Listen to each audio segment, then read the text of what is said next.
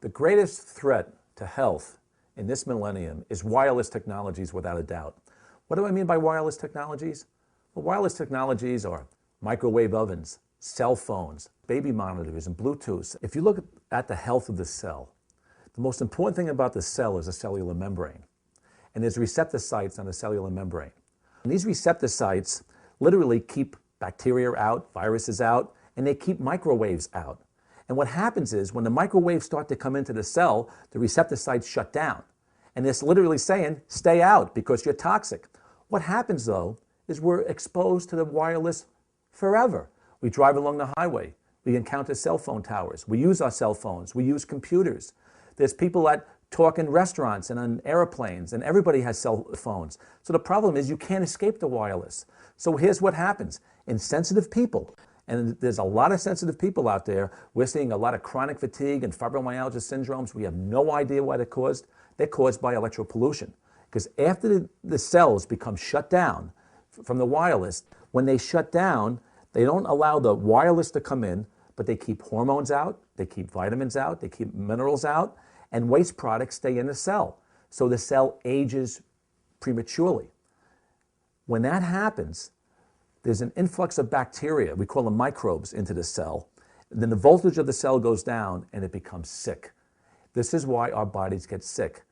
Heavy metals will do it, trans fats will do it, chemicals will do it, but wireless is the #1 cause of inflammation of these cells. And when this happens, people get sick. So they go to the doctor saying, oh, I'm wireless. No, they don't say that. They come in and say, I have headache, I have chronic fatigue syndrome, my muscles are screaming, I have no energy, I have heart disease, I have cancer. This is what the wireless causes over time. How do you fix it? Awareness is curative. You must determine if you're being exposed to wireless. How do you find out? Well, here on this table, I have an electrosmog detector. I'm being photographed right now and I'm being mic'd. And this is the background. Look what happens when I bring my mic.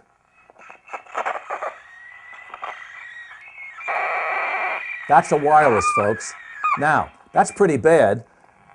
I don't have it next to my heart. I have it, close to my body, but it's not affecting my internal organs. Down here, it's affecting me, and you can hear that.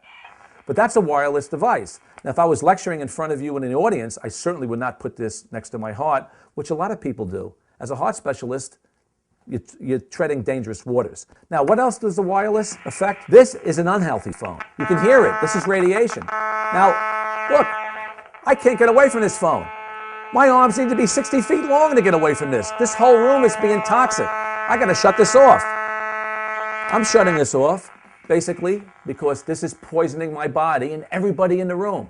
There is research to show that cell phones are the most common cause of tinnitus. What is tinnitus? It's ringing in the ears. The most common cause of deafness. And in Europe, cell phones are outlawed in the Scandinavian countries because scientists have determined that in children ages 5 to 18 have a much higher incidence of brain cancer than their age-controlled counterparts. Dr. Davis, you said in your testimony, again, following up on this, is that you said that Interphone has studied people who use phones heavily for a decade, has found that where persons have used phones heavily for a decade or longer, there is evidence of significantly increased risk, literally a doubled risk of malignant brain tumors.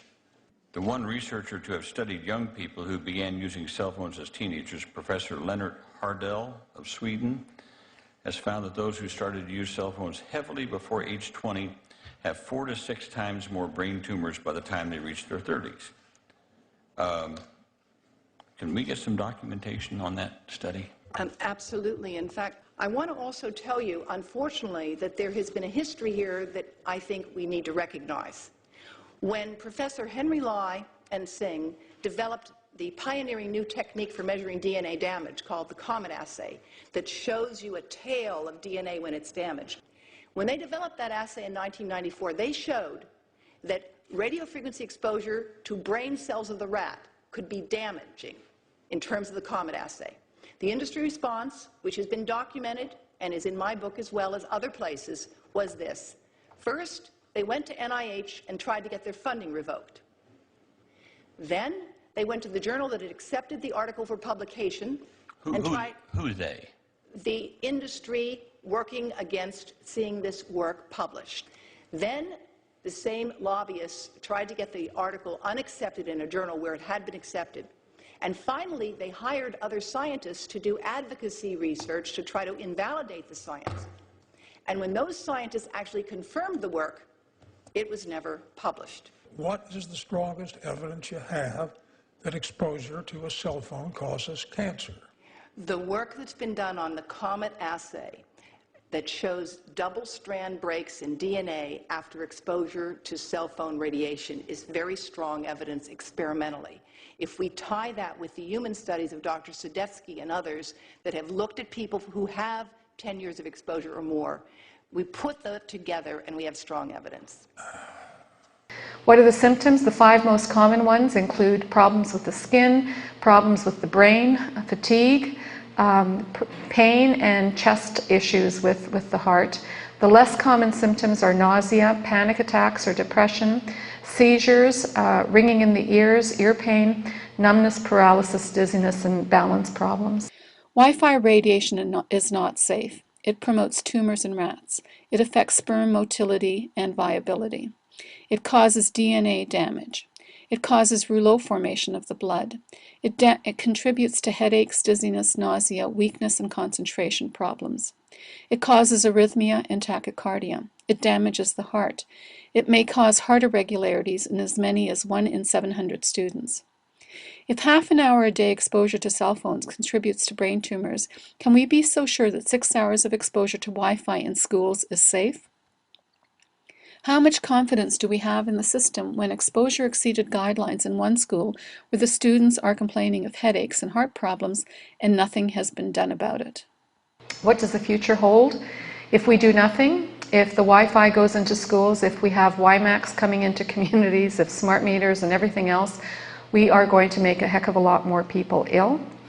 If we do something, if we lower the guidelines, if we have wired routers in schools, if we establish radio frequency free zones, re-question smart meters and broadband over power lines, use clean light bulbs and clean appliances, we can actually improve the situation considerably.